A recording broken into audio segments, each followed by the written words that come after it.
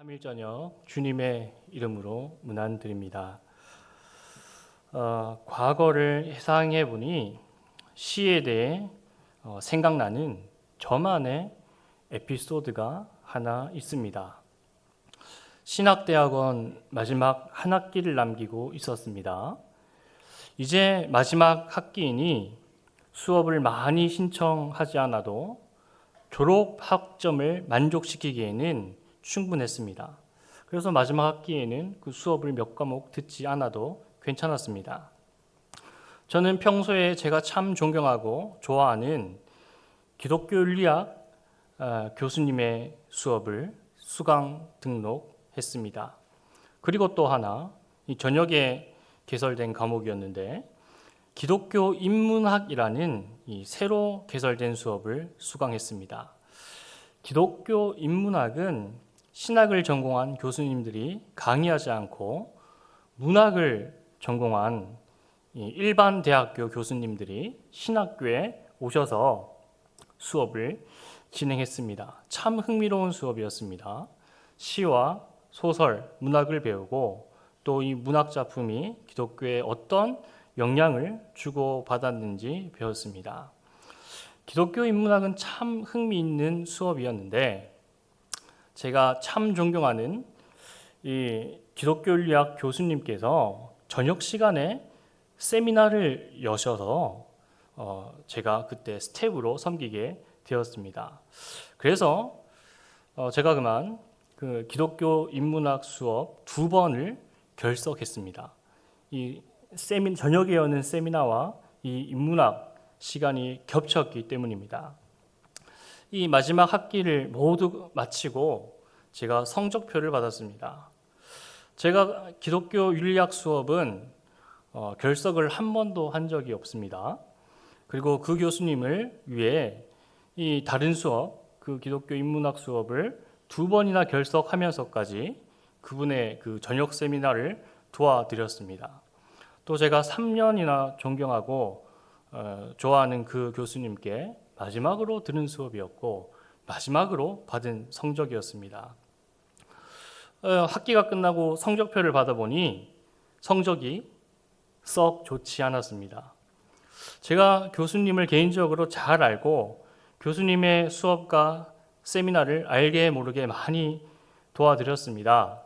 그래서 그 기독교 윤리학을 듣는 그 학생 모두가 저는 차기석 전도사는 참 좋은 성적을 받을 거라 예상했는데 저는 좋은 성적을 받지 못했습니다. 학기가 끝나면 이 담당 교수님께 성적 의의 신청을 할 수 있습니다. 그 성적에 대해서 물어보는 거죠. 답을 얻고 하는 건데 그 수업을 들었던 학생들이 제 성적을 알고 나서는 아무도 이의 신청을 하지 않았습니다. 그리고 기독교 윤리학 수업 성적표를 받았습니다. 제가 결석을 2번이나 한 수업입니다. 그 수업은 학점을 산출하는 방식이 좀 독특했습니다. 중간고사가 없고 출석과 기말 과제로만 이 성적을 매겼습니다. 기말고사 과제는 연극, 시나리오, 대본, 소설, 수필, 시, 장르를 가리지 않고 작품 하나를 학기 말에 제출하는 것입니다. 저는 시를 5편을 적어서 제출했습니다. 그리고 학기 말이 되어서 기독교 인문학 성적표를 받았습니다. 성적이 어땠을까요? 흡족했습니다. A를 받았습니다. 저는 공평하신 하나님을 경험했습니다. 저를 하나님께서 불쌍히 여기셔서 좋은 성적을 주셨는지 아니면 시에는 전혀 관심 없는 저에게 좀 촉촉한 마음으로 시를 읽고 신앙생활을 하라는 뜻인지 저는 모르겠습니다만 시를 생각하면 좀 마음이 따뜻해집니다. 우리는 일제강점기 시절을 역사로 공부할 수 있습니다. 3.1운동이 몇 년도에 일어났고 갑신정변이 몇 년도에 일어났고 그렇게 암기하고 공부할 수 있습니다. 그러나 그것을 늘 암기하고 다니는 사람은 많지 않습니다. 그런데 시는 다릅니다. 기억에도 남고 감정에도 남습니다. 1910년대와 20년대 그 시절의 정서와 감정을 읽기 위해서는 시를 읽는 것 빼놓을 수 없습니다. 나보기가 역겨워 가실 때에는 말없이 고이 보내드리오리다. 나보기가 역겨워 가실 때에는 죽어도 아니 눈물 흘리오리다. 이 정말 눈물을 아니 흘리겠다라는 말이 아닙니다. 이별 후에 정말 아무 말도 하지 않고 고이 보내드린다는 뜻이 아닙니다. 많이 울겠다는 것이고 이별의 고통을 남들에게 널리 알리겠다는 반어법이 여기 있습니다. 그래서 사람들의 기억에 오래 남는 것이죠. 두꺼운 역사책으로 이 역사 공부하는 거 중요하지만 요약해서 함축해서 시로 말할 때 많은 사람들의 가슴과 머릿속에 남는 것을 볼 수 있습니다. 성경도 그런 문학적 성격을 띠고 있습니다. 우리는 시편만 시로 알고 있지만 대부분 시편 이외에도 중요한 부분은 성경이 시적으로 표현합니다. 태초에 말씀이 계시니라. 이 말씀이 하나님과 함께 계셨으니 이 말씀은 곧 하나님이시라. 신약학 교수님께서 이걸 헬라어로 읽어주셨는데 그 매력에 제가 빠진 적이 있습니다. 이렇게 시작합니다. En arche ho logos, kai ho logos, en proston dei kai, Deus en ho logos 이렇게 되는데요. 이게 라임이 있어요. 로고스로 시작해서 로고스로 끝납니다. 데오 하나님으로 시작해서 하나님으로 끝나고 태초로 시작해서 끝에 태초를 받아서 이런 반복해서 운율을 띠는 시적 표현이 요한복음 1장입니다. 아주 고급 헬라어로 시적으로 적은 것입니다. 이렇게 해야 사람들의 머릿속에 오래도록 기억에 남고 가슴에도 남습니다. 그래서 성경 기자가 이렇게 시적으로 표현한 것이죠. 또 다른 시적 표현을 한번 보겠습니다. 태초에 하나님이 천지를 창조하시니라. 하나님이 이르시되 빛이 있으라 하시니 빛이 있었고 하고 이 천지 창조 내용을 창세기 1장의 쭉 순서대로 기록합니다. 우리가 믿음의 눈으로 성경을 읽어서 그런지 이거 다 긍정적으로 바라보고 지나갑니다. 그런데 이 순서를 보면 좀 이상한 점을 포착할 수 있으시겠습니까? 14절에 해와 계절을 창조하셨습니다. 11절에 햇빛을 받아 광합성 작용을 해야 살 수 있는 풀과 채소가 창조되었는데 해가 없이 창조되었습니다. 계절이 없고 해가 없는 상태에서 풀과 채소는 자랄 수 없습니다. 태양에서 지구로 전달되는 열과 빛이 없는 상태에서 지구 표면에 식물이 자라고 있는 그런 상황입니다. 순서대로 읽으면 그렇습니다. 그래서 이것을 설명하기 위해 어떤 사람들은 광합성 작용 없이 자랄 수 있는 식물이 태초에는 있었을 것이다. 그렇게 주장하는 사람도 있습니다. 그러나 저는 그것이 가능한지 잘 모르겠습니다. 창세기 1장은 성경 전체의 서론입니다. 이것 또한 중요한 내용들을 많은 사람들의 기억에 오랫동안 남기기 위해서 시적으로 표현했습니다. 이 창세기 1장에 보시면 하나님께서 첫 번째로 뭘 창조하셨죠? 빛이 있으라 하셨죠? 이 빛을 창조하시고 나서 이 빛의 구체화된 것이 바로 해와 달과 별입니다. 그리고 두 번째로 궁창을 위아래로 나누셨죠. 하늘과 바다를 만드셨는데 하늘에 구체화된 것이 하늘의 새지요. 그리고 바다에 구체화된 것이 이 오류입니다. 그래서 이 두 번째 창조와 다섯 번째 창조는 연관이 있습니다. 두 번째 창조가 구체화된 것이 다섯 번째 창조입니다. 그리고 우리가 읽어봤던 이 땅이 만들어지고 이 위에 식물이 자라나는데 해는 아직 없는 상태입니다. 땅을 만드시고 땅에 구체화되는 것이 땅 위에 사는 동물과 사람입니다. 이런 표현은 시편에서도 구체적으로 나타납니다. A를 만들고 A 다시, B를 만들고 B 다시, C를 만들고 C 다시, 이런 표현들이 시편에 자주 등장하는 것을 볼 수가 있습니다. 창세기 1장을 과학적으로 읽는 사람들이 있습니다. 성경은 진리이며 틀림없는 사실이고 1.1핵도 거짓이 없기 때문에 창세기 1장을 과학적으로 증명해 내려는 사람들이 있습니다. 근데 수능 국어 문제를 수능의 수학, 과학처럼 풀면 좋은 점수 받지 못합니다. 창세기 1장, 요한복음 1장은 시적인 표현입니다. 이 시적인 표현의 특징이 있습니다.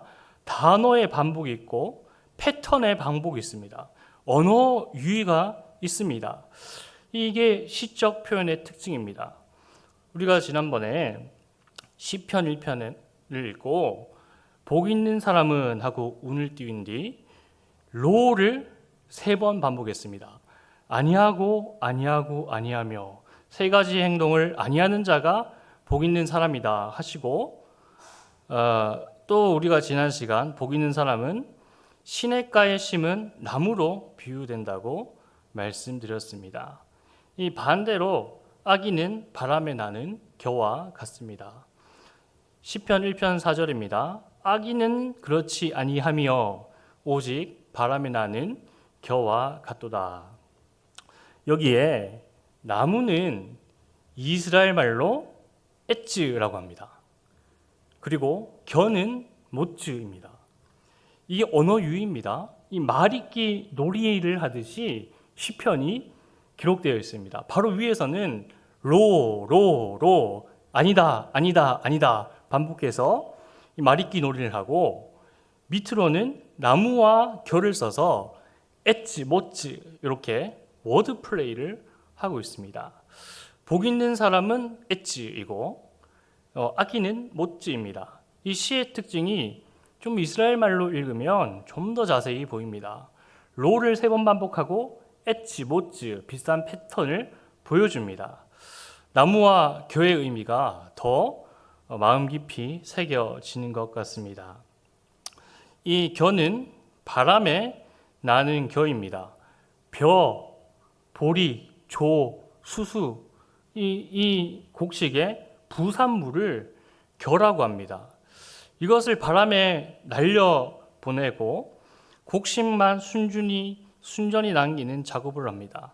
그래서 이스라엘에서는 높은 상중에 있는 평지를 찾아서 거기에 곡식을 올려다 놓습니다.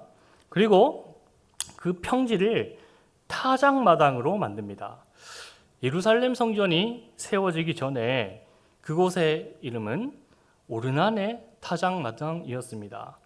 예루살렘의 대표적인 타작마당이 오르난의 타작마당입니다. 사방에서 바람이 불어오는 높은 산의 평평한 곳입니다. 그곳에 곡식을 올려다 놓고 삽과 같은 것으로 이 곡식을 하늘로 날려보내면 겨와 곡식이 분리가 됩니다. 바람이 불어와서 겨를 분리시켜 주는 것이죠. 시편 1편에 바람은 이스라엘 말로 루아흐라고 합니다.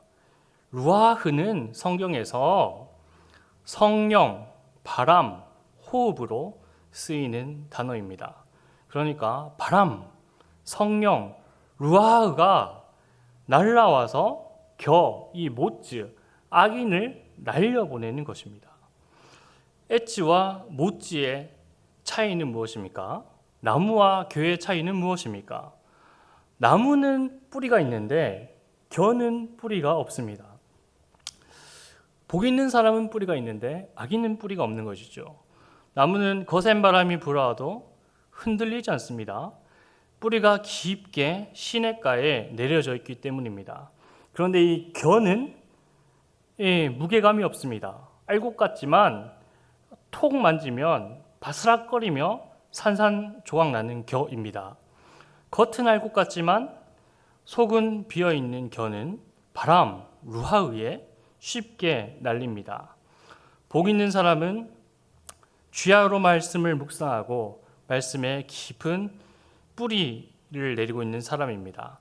시냇가에서 충분한 이 공급을 받는 사람이죠.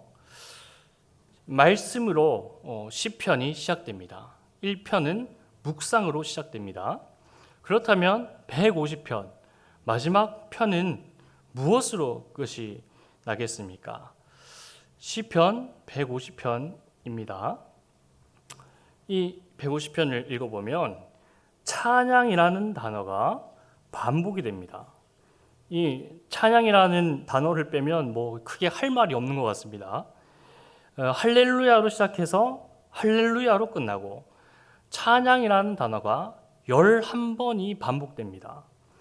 짧은 이 한 절에 2번씩 찬양이라는 단어가 등장합니다. 한 번 빼고 다 2번씩 등장합니다. 찬양은 이스라엘 말로 할랄입니다. 또 이 할렐루야도 찬양하라 뜻이 있습니다. 할렐루야까지 합하여 찬양이라는 이 단어를 찾아보면 이 150편에 13번이나 찬양이라는 단어가 들어가는 것이죠. 유대인들은 말의 순서가 이렇습니다. 먹는다 나는 밥을, 이런 순서로 이스라엘의 말이 구조화되어 있습니다. 유대인은 행동부터입니다. 행동이 나라는 존재를 설명합니다. 시편 1편은 복 있는 사람의 행동, 주야로 말씀을 묵상하는 것이라면 시편의 끝에는 인간의 가장 바람직한 행동, 찬양이라는 것을 제시합니다. 시편 1편에서 로, 아니하며, 하지 말아라, 이것을 3번 연속 말하였다면 150편은 찬양하라, 이것을 13번 명령하며 기록하고 있습니다. 오늘 본문 여러 목사님들께서 하신 설교를 제가 살펴보았습니다. 이 시편 150편은 송구 영신 예배 본문으로 많이 사용된다는 것을 제가 알았습니다. 또 장례 설교 본문으로 간혹 이 시편 150편이 쓰여졌습니다. 시편의 마지막 그리고 삶의 마지막이 포개어져서 찬양과 할렐루야로 마치기를 소망하면서 바로 이 시편 150편이 설교 본문으로 정해지지 않았나라는 생각이 듭니다. 시편 바로 전에 위치한 책이 욥기입니다. 욥기의 서론과 결론을 제외하면 욥기의 내용은 감사와 은혜보다는 하나님께 한숨과 한탄과 고통의 비명을 지르고 있습니다. 그러나 욥기의 끝에는 찬양과 제사를 드립니다. 이 시편의 절반 가까이를 다윗이 썼다고 합니다. 다윗의 인생에 감사와 은혜만 있는 것 아닙니다. 다윗의 시편 한 절입니다.